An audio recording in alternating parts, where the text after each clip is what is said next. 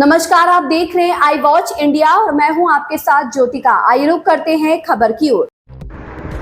Dharavi project पर उद्धव ठाकरे के बयान पर महाराष्ट्र के मुख्यमंत्री एकनाथ शिंदे ने कहा, क्या उन्हें रद्द करने और स्टे देने के अलावा कुछ आता है?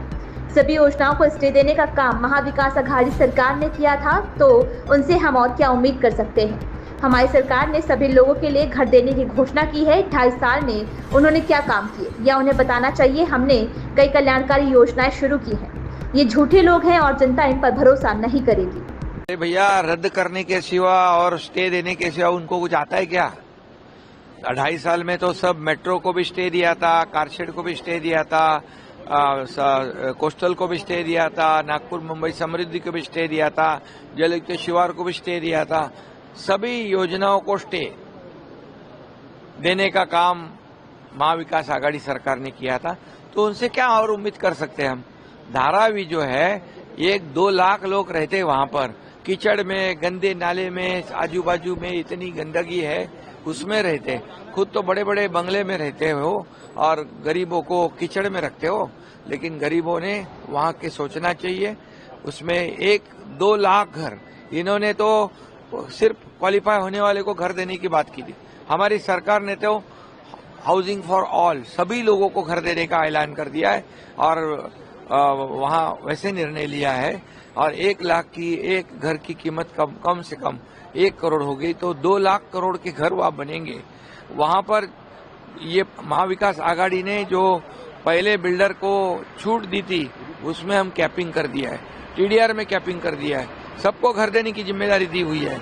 और इसलिए ये जो पहले तो वही डेवलपर से उनकी जमती थी, अब क्यों नहीं जम रही है? क्या सौदा क्या कहते हैं उसको, अजीत पवार ने मैच फिक्सिंग खत्म हो गया?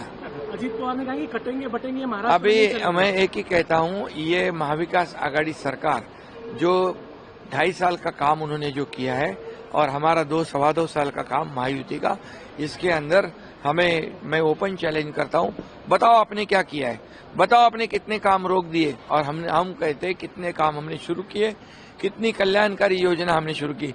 मुख्यमंत्री माझी लाडली बहन योजना शुरू हमने की, उसको विरोध किया। अभी हमें फॉलो कर रहे हैं, हमारी सब योजनाएं ढाप रहे हैं, हमारे सब योजनाओं की नकल कर रहे हैं। तो इसलिए लोग बहुत समझदार है। मेरी लाडली बहना, लाडले भाई, लाडले किसानों को कर्ज माफ करने का निर्णय लिया, उन्होंने भी लिया।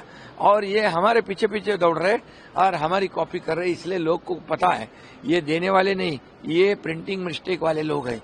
यहाँ पर जब राजस्थान में, कर्नाटक में, हिमाचल में योजना शुरू कर दी, जीत गए और बाद में कहते पैसे नहीं है, केंद्र से पैसे मांगते। ये झूठे लोग हैं, मकार लोग हैं, ये फरेबी लोग हैं और जनता इन पर भरोसा नहीं करेगी।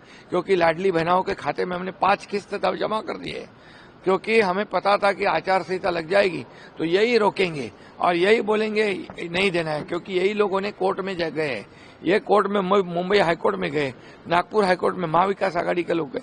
तो ये हमारी बहना जो है, ये उनको पर भरोसा नहीं करेगी। पूरी तरह उन्होंने तय कर लिया है कि महायुति की सरकार फिर आएगी, पूरे मेजोरिटी से, फिर पूरे थम्पिंग मेजोरिटी से। इस खबर में बस इतना ही। बने रहिए आई वॉच इंडिया के साथ।